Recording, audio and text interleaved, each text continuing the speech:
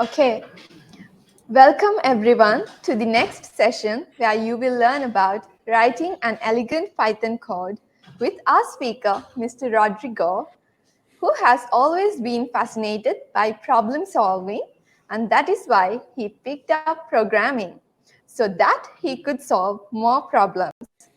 He also loves sharing knowledge, and that is why he spends so much time writing articles in his blog on writing an elegant Python code, and giving workshops and courses.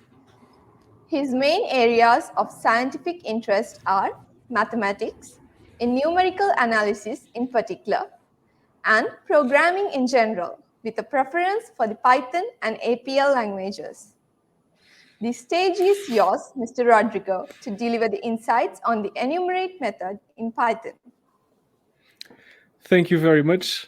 Hello everyone, I hope everyone can hear me. I will be sharing my screen now and we will start.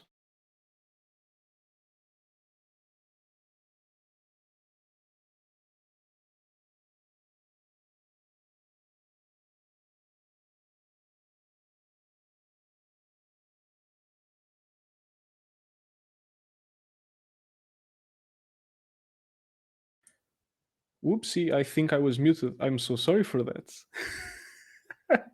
Yeah, that's what happens when you're nervous and when you wake up too early because it's in the morning here in Portugal.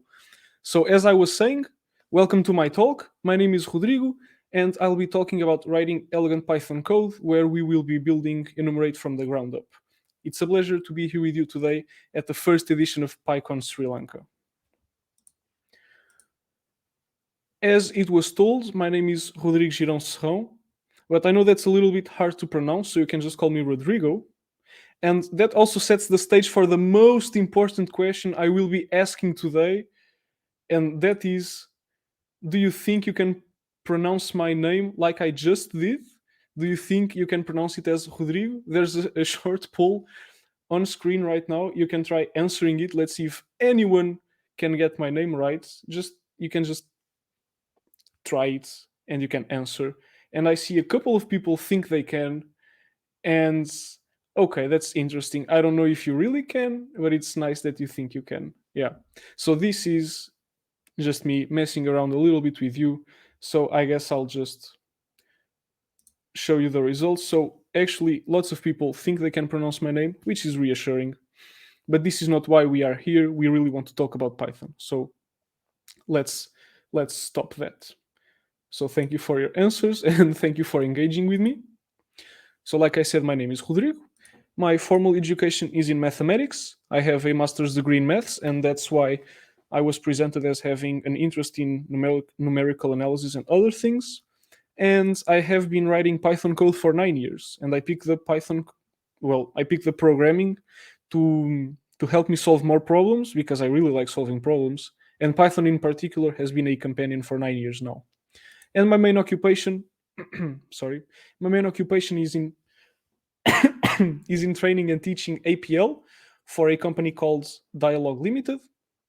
And I also do some training and teaching related to Python and mathematics and other related subjects as an independent individual. So throughout this talk, I will be using some reference links and some articles, and I will share all of those links on Twitter when the talk is finished. So I invite you to follow me at mathsppblog on Twitter. And I also share lots of Python knowledge there. So if you really like Python and if you want to improve, I'm sure I can help you with that. So without further ado, let's talk about writing elegant Python code.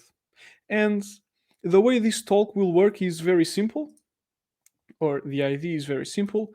I will take an example task and we will implement it in Python, and then we will refactor it bit by bit, trying to make it better with every iteration. And the example we're going to pick, well, you'll see it in a second. All right, so let's take a string. Let's take a string that has 3 characters here. If you wanted to print the characters in this string one by one, what would you do? You would probably do something like this. You would write a for loop, And maybe it would look like this, and the way you read it is, well, for each index, in the range of the length of the string, you print the character at that position. And this prints the 3 letters.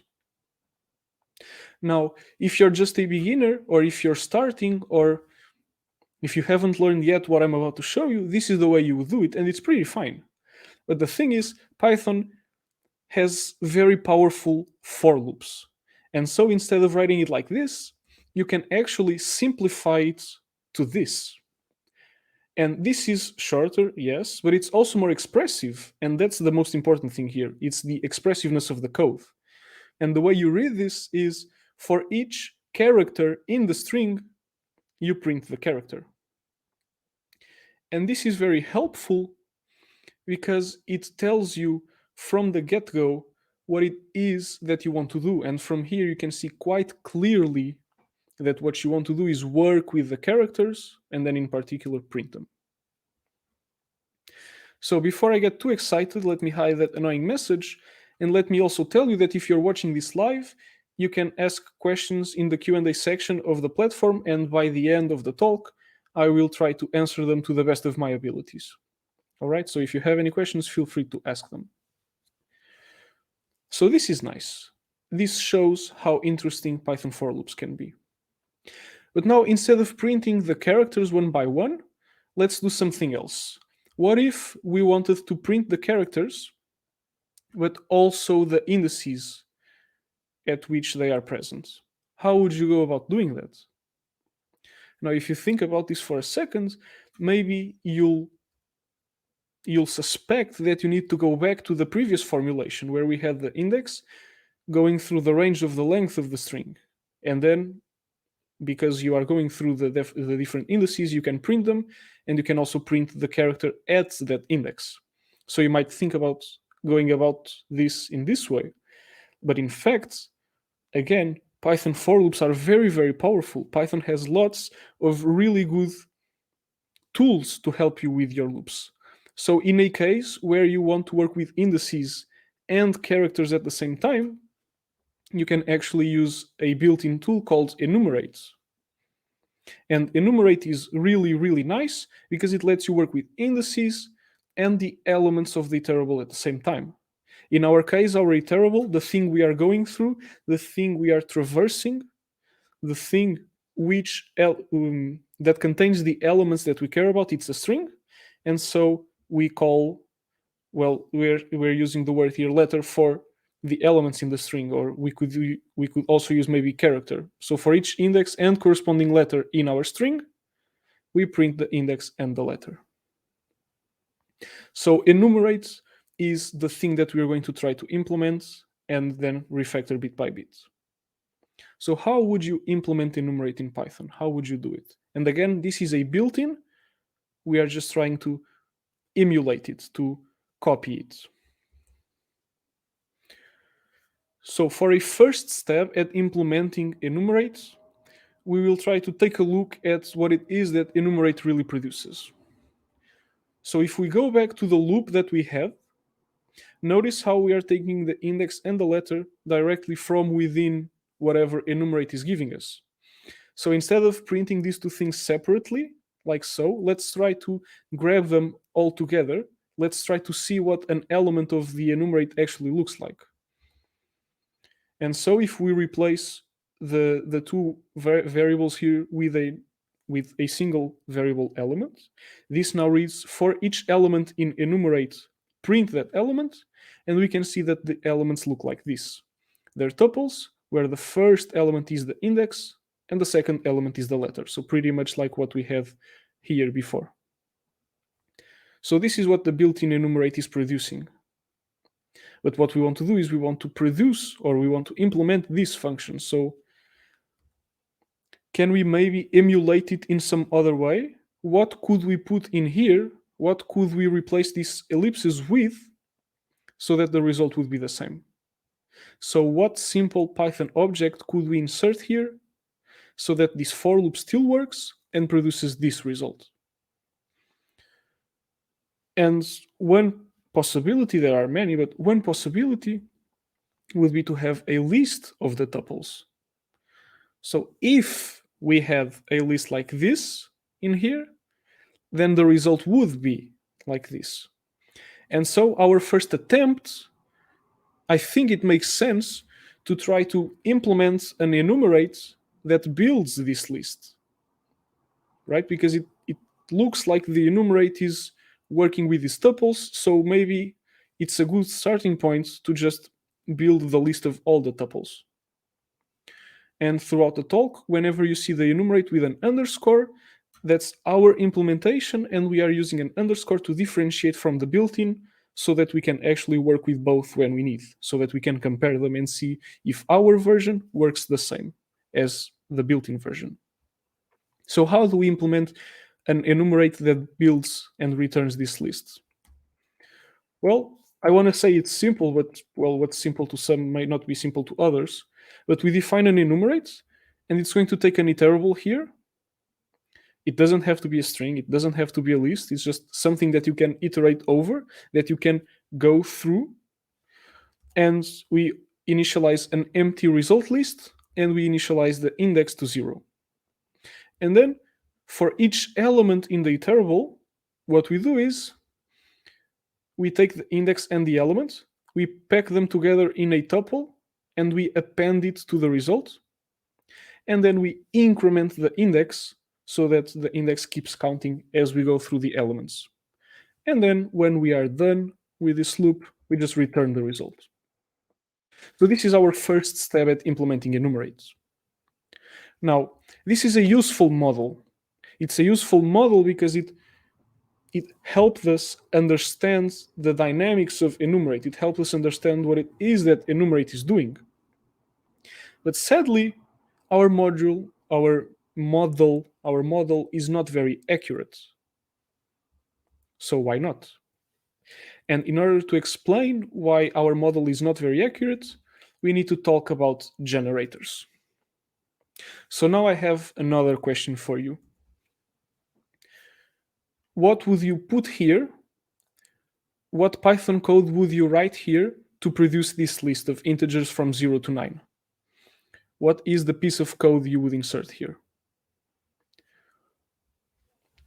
If you thought about range 10, you're close, but you're not right. And I'll show you why it is that range 10 doesn't do the trick. Because if you type range 10 in the REPL, or if you just print a range 10, this is what you get. You get this representation. So notice that the range by itself did not produce the results. Range knows how to produce the results, but it doesn't produce them until you need those results.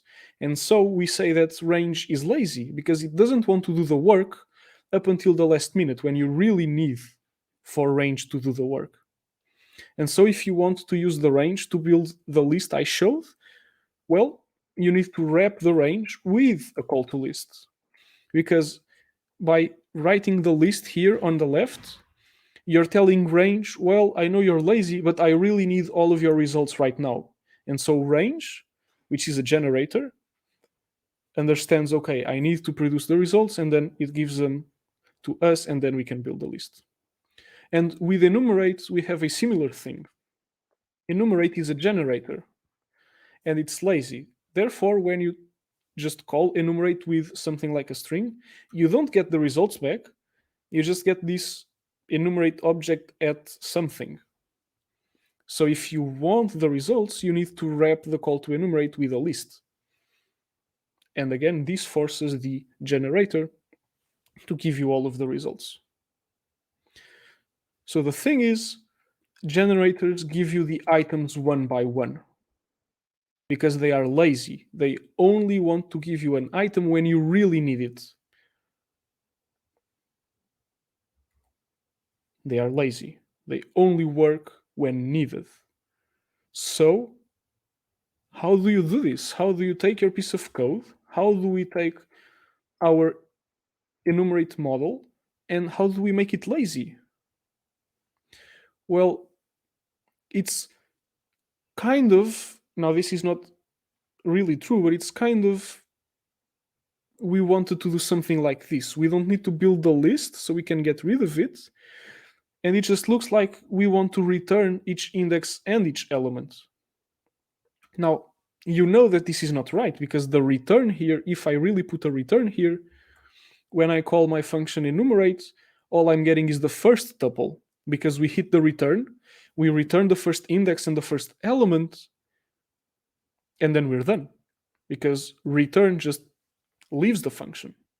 So what we want is something similar to return, but that is not permanent.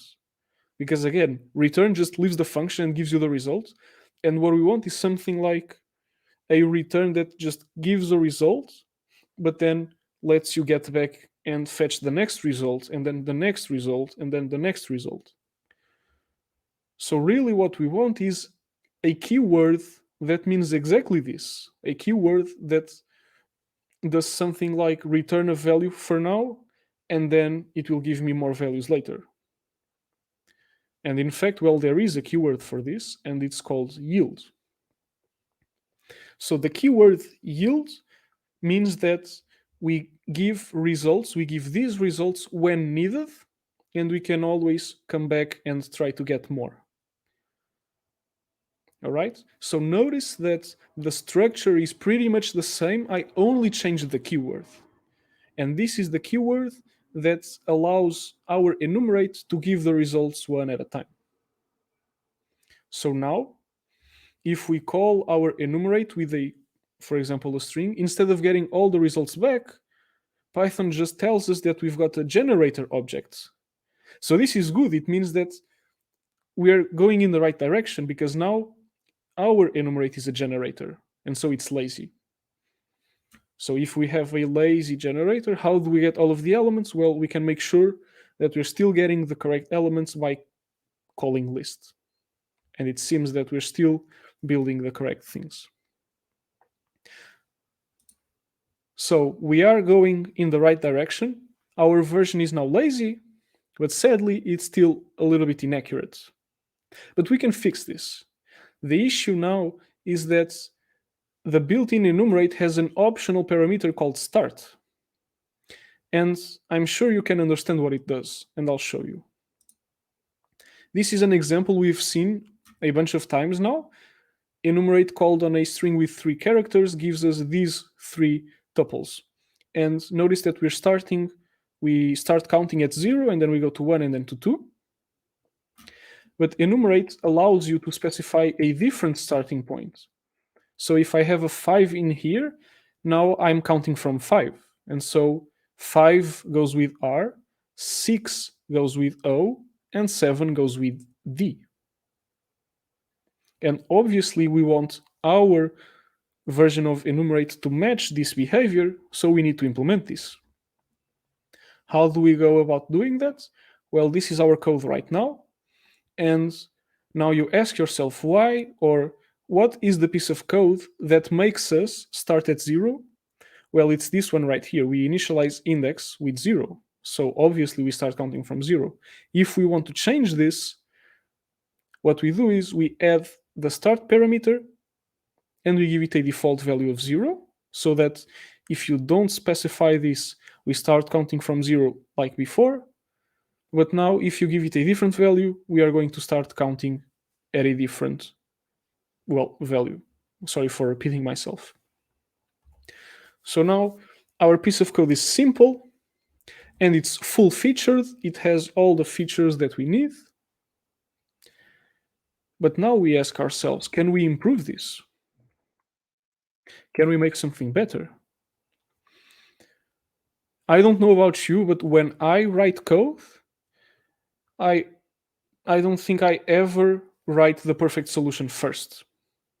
I don't think I ever get things 100% right and the best I can on the first try. And to be honest, I don't think many people can do that. And so whenever I write a piece of code, if I have the time, I will think about it and try to improve it. And one thing I look for, and I'm sure different people will look for different things, but for me personally, I try to look for pieces of code that are needed, obviously, because if a piece of code is not needed, you can delete it.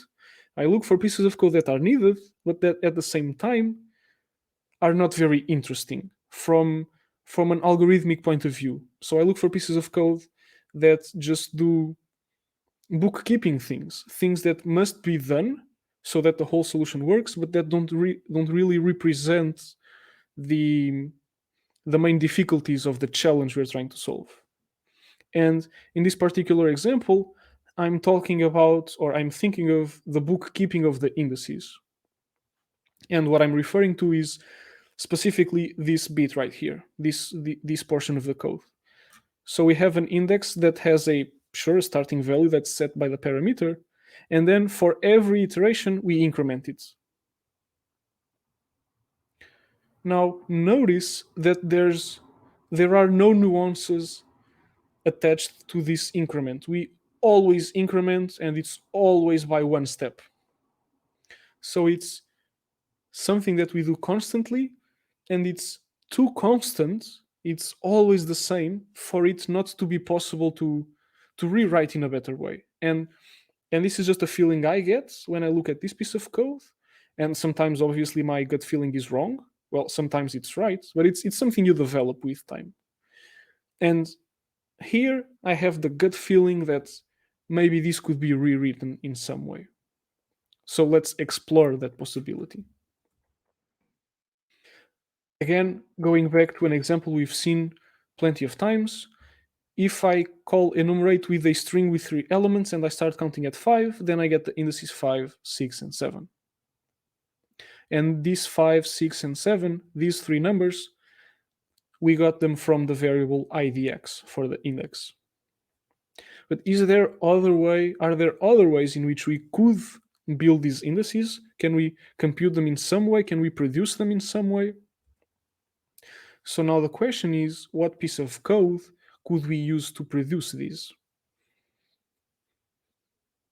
If you've been paying attention, you'll know that the answer, or one possible answer, is to use range with a call to list. And why is it that I wrote this range right here? Why is it range of 5 and then comma 5 plus 3?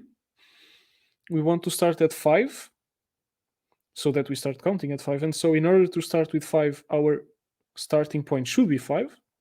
And then we need 1, 2, 3 numbers. So the stopping point should be the starting point plus 3, which is 8. And so we get 5, 6, 7. So with range, we manage. I was thinking, I just thought of a way I could have made this slide better, but oh well.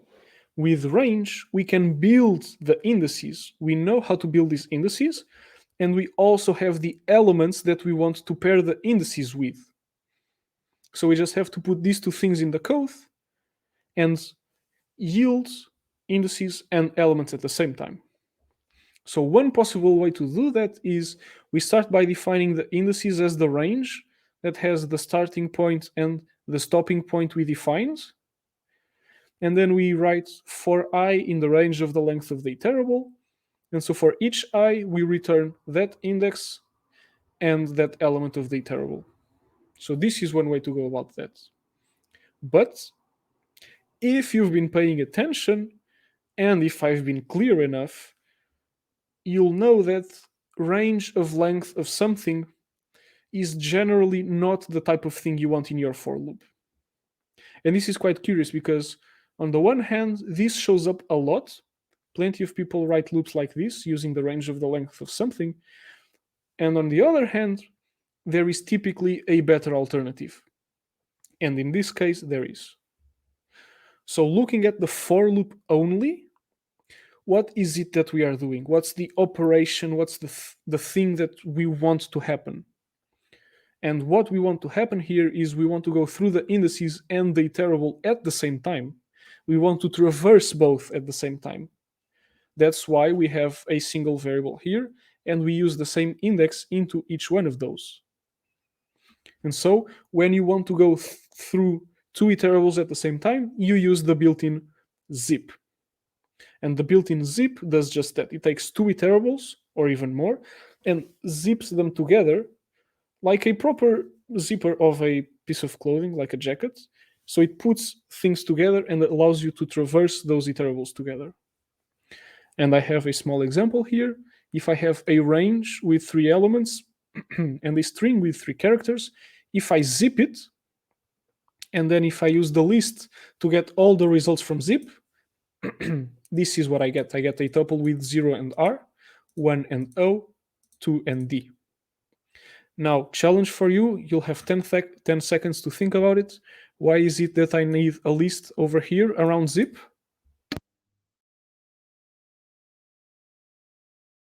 Well, it's because zip is also a generator. So if I didn't have the list here, we wouldn't see the results. So how do we use this zip built in our code? Well, let's take a look at it. What is it that we want to traverse at the same time? It's the indices and the iterable. So this I in the range of something, this goes away, and we just replace it with a zip.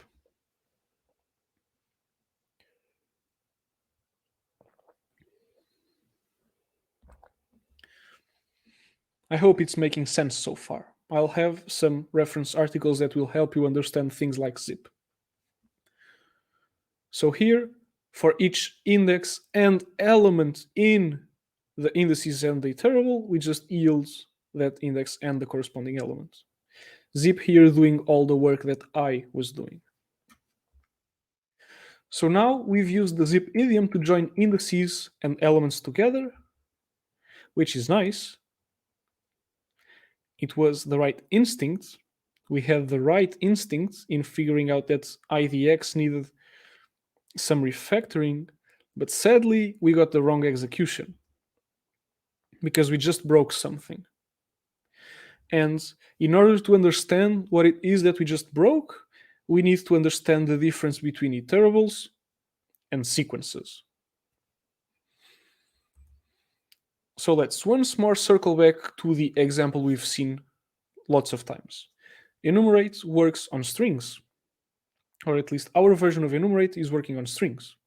But it also works on things like lists. I can give it a list with 3 elements and it just works. Or maybe, for example, we could use our enumerate with a range. It also works. And these 3 things, the string, the list, and the range, they have something in common. All of them are iterables. And iterables are Python objects that you can go through, that you can traverse, that you can start on one end and then get items successively and consecutively. Those are iterables. But there's something else. The string, the list, and the range, they all have a length. And iterables by themselves, they don't need to have a length. Some iterables have lengths, but not all iterables have lengths. So iterables with lengths are typically sequences, like a string or a list or a range. And this is just like an animal and a human. All humans are animals, but not all animals are humans, because we have fish and birds and other mammals. Well, obviously, and other types of animals. And it's the same with iterables and sequences. All sequences have not have. All sequences are iterables, but not all iterables are sequences, and therefore not all iterables have length. So let me show you an iterable that does not have a length. Let's define 2 lists with some first and last names. And now let's use zip to put them together. This zip brings the first and last names together so that we get Harry Potter, Ron Weasley, and Hermione Granger. And enumerate works with zip because we know zip is an iterable, because we've used it in a for loop, and we know we can go through the items of zip. And thus, the built-in enumerate works perfectly with zip. However, ours doesn't yet. When we call our own enumerate on zip, we get a type error and it says zip has no length. So let's fix this. Whenever I have an issue, whenever I have an error, I go to the line of code that raised the error and I think, why did we get here? It's almost like a philosophical question. Why did I write the code like this? Do I have to write it like this? And here we wrote the length of the iterable because the range needs to know when to stop. So obviously we computed the number of elements that we needed.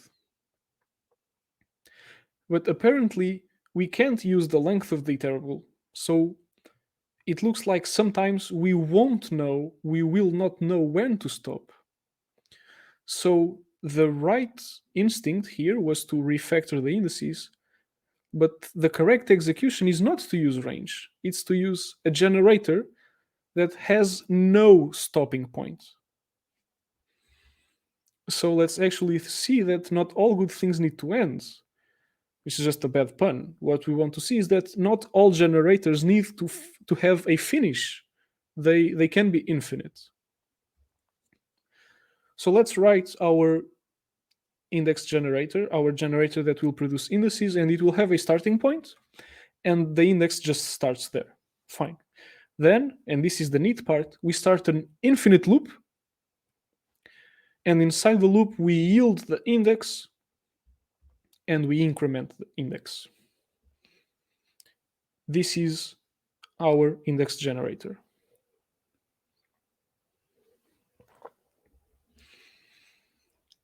So this generator is infinite. This for loop never stops. There's no break here. There's no return. This runs forever. Or it could run forever. So is this useful? Well, probably it is, but let's see how/why. So if we use this generator in a for loop, if we go through each index in this index generator and say we print it, then you'll get lots of numbers very quickly in your screen. And it will not stop because, like we said, this is infinite. So you need to do a keyboard interrupt. You need to press Control-C. So this is not the way to make good use of this generator. So it looks like we can't ask for everything. We can't go through the generator from one end to the other because, well, there's no end. It doesn't stop. But we can work, and this is why it is relevant for us, we can work with one index at a time. And we can do that with the built-in called next. And the built-in next does exactly what it says on the tin. It gives you the next element. So if we take our index generator and say, give it a starting point of 42, now we have this object here that we called count from 42. And count from 42 is a generator. So it's lazy. It didn't produce all the numbers starting at 42 or all the integers starting at 42. No, it's just, it knows how to compute them. So if it knows how to compute them, maybe we could get the first number with next. So now we get the first number. If we need the next one, we can get the 43. And if we need the next one, now we can get the 44.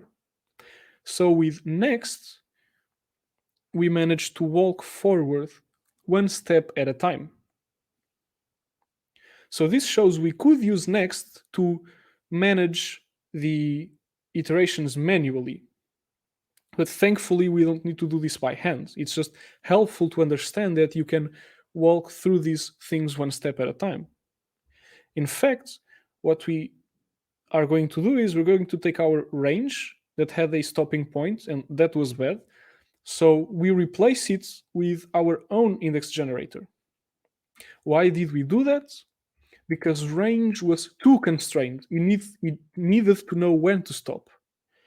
And to fix this, we built something that is infinite, and the way it stops is because zip stops it. So we never tell it to stop, but because zip pairs it with the iterable, when the iterable is finished, we no longer try to get more indices from the generator. So that's how we fixed our issue. But now we ask that question again. We just added code. We just wrote more code. So did we do it right the first time around? is there a better way of doing this? Can we improve this? And we can. We can improve this if we use the right tool for the job. And now I claim that it is a programmer's responsibility to know the best tools for the job. And in fact, the generator we wrote and used, we don't need to implement it. We can go to Iterables, and from Iterables we can import count. And this is the right tool for the job. It's the tool that does what we need. If you go to the REPL and you ask for the help on count, it's going to have a couple of lines there, and then it says that it's equivalent to this piece of code. Now, I know this doesn't have syntax highlighting, but you can probably see that this is remarkably similar to what we have. So on the one hand, it's nice because it tells us that our index generator was quite good. It's just that we didn't need to implement it because we can just import count from Iterables. So we take our code, we can get rid of this altogether, and we can replace it with count. And now this is nice because using the right tool for the job means your code is more expressive, because it tells you it's there, you know what's happening, because the tool does exactly what you need. So you just need to get to know the tools. And this is not something that you do from one day to the other. After this talk is finished, I'm not saying you should open the Python documentation and read all the documentation on the standard library, but learn to rely on the standard library. From time to time, go there, open a random page and take a look at it. I know maybe this is a weird piece of advice, but it's something I do. I open the standard library, random page of a random module, and I try to learn just a little bit about it. So we've just improved our code by using a better tool for the job. So are we there yet? Is this the best we can do? Not yet. I think we can do better. And in order to do even better, I'll show you how we can yield from another iterable. And this is just a matter of looking at our code. Let's look at the code and let's do a couple of very straightforward transformations to highlight the structure that I want you to notice. So another thing I do when I look at code that I want to improve is I look for repetition. I look for things that look very much the same in different places or that are exactly the same. And sometimes this cannot be avoided, but most times if you have repeated things, you can do something about it. And this is very minor, but take a look at this piece of code. Notice how idx comma space element is exactly the same as idx comma space element. This is exactly the same. We are using the for loop to fetch an index and an element, and then we are yielding that index and that element. So in essence, we are doing a little bit too much work because we don't need to split whatever's coming out of zip, we don't need to split it into the index and the element if the only thing we are doing is then putting them together again. So we might as well just replace this with a single variable, for example, a t. But now let me just clean up a little bit. Now notice what's happening. How do you read this in English? There's a bunch of different ways. We could say something like, for each tuple in this zip, yield it. Or yield the tuples from zip. And notice that that short sentence really tells you what's happening. We are yielding tuples from zip. We take an iterable, we build another iterable, and then we just yield from that iterable. And that's something that we do from time to time, and it's actually something that has a better keyword. Instead of having a for loop whose only purpose is to yield the consecutive elements, we can just flat out write yield from the zip. And I know this is subjective and it's hard to put in words, but when I look at this piece of code, I really think it's so elegant because there's no extra stuff happening, or there's not too much extra stuff happening. It's just It's just what you need. It's exactly what you need. You're yielding from an iterable you built from your argument that you just paired up with a count of numbers. And I think this is just gorgeous.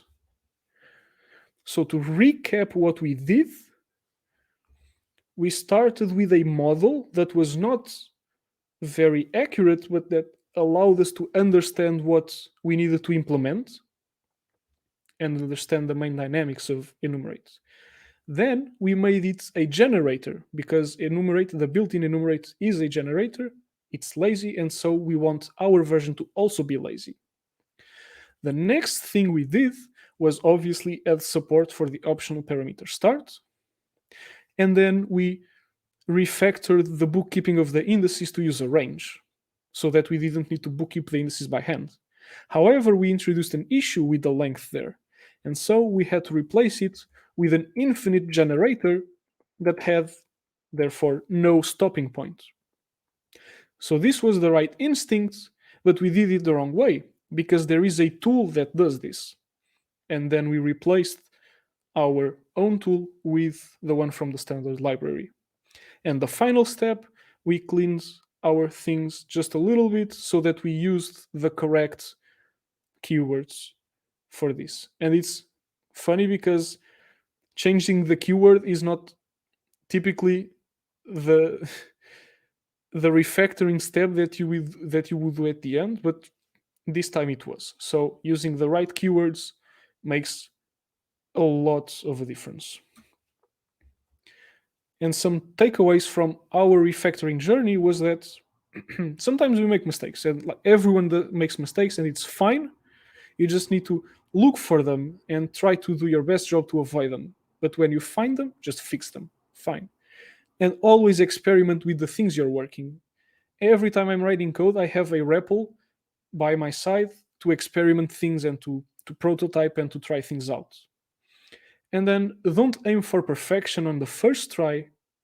Aim for sustained improvements every time you look at your code. Code gets written once, but read very often. So if you read your code and if you figure out a way to improve it, try to improve it. So is this the end? It's the end of the talk, not of the refactoring journey. So I have a challenge for you.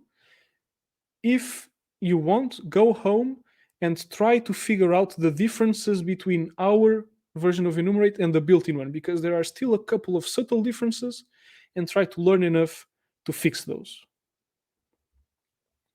As for references, this link right here, this is a written version of this talk. I will publish, it's already written. I just have to hit publish when the talk is over. And the whole talk was inspired by a Twitter thread I posted a couple of months ago. And some of the things I talked about, I have articles explaining them, and you can find them here. If you want, you can get all of those articles for free in my Pydon'ts book. You just have to go to pydon'ts.com and you can download it for free. It has the chapters that explain some of the things we've gone through. Now, all of the links, no need to memorize them. I'll post them to Twitter once I'm done answering all of your questions. You can find them on or at mathspp blog. And if you don't have Twitter, that's fine. I'll also send the links to my newsletter so you can get it at, or you can subscribe to it at mathspp.com/subscribe. The talk slides, I'll post them on GitHub, github.com/mathspp/talks. And finally, if you want to get in touch, if you want to talk to me, give me some feedback, you can always reach out to me at rodrigo@mathspp.com. It was a pleasure to be here with you, and I hope you learned something, and I'll see you next time. Thank you, Mr. Rodrigo. That was really worth knowing and motivating. You can now raise your questions in the Q&A chat. There are already a few questions in the chat, so let me direct them to Mr. Rodrigo.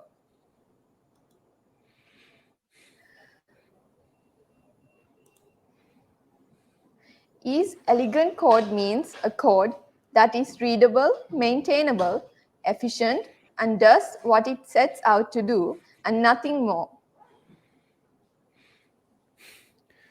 All right. So I think that's a really nice question, right? So what does it mean for a piece of code to be elegant?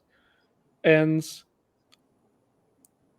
on the one hand, I think it's a piece of code being elegant is something that's very hard to quantify and to measure. So actually, I think that this is a pretty a pretty nice set of qualities that a piece of code needs to have in order for it to be deemed elegant. Code that is elegant needs to be readable, because if you can't read the code, you can't even know what it's doing. And when code is readable, it's also more maintainable, because if you want to maintain code, you need to be able to read it, understand what it does, and then change it, but keep its behavior or fix something that's wrong. So you need to be able to read and maintain the code. As for being efficient, typically, yes. Elegant code is typically efficient, right? And then obviously doing what it sets out to do and nothing more. That's actually sometimes it's actually more important than what it seems. But a piece of code shouldn't be doing other things, right? If you're spending code to, if you want to do a task A, just do task A. Don't get distracted and do B, C, and D at the same time. And being sure you're focused also makes your code more maintainable, because you have less extra fluff, and also probably more efficient, because if you're focused on one task, you're only spending resources on that. You don't need to spend resources on other irrelevant things.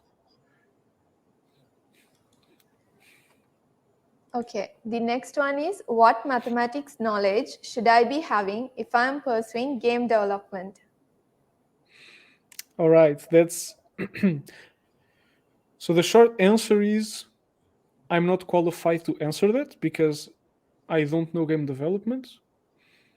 And you would probably be better out by asking someone who does game development. But there are a couple of things I can guess, which you'll probably need more or less depending on the types of games you do. But things like linear algebra, that are, well, I guess it depends on the country, but that are typically one of the first courses you have in degrees like maths, or even,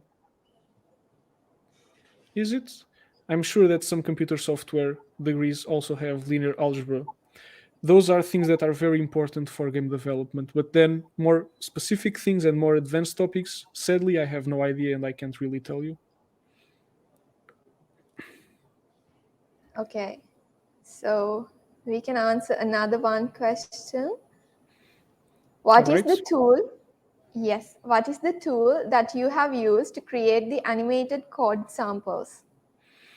Yes, I get that question a lot. I used PowerPoint, and version 19. So starting from version 19, there's a slide transition called Morph.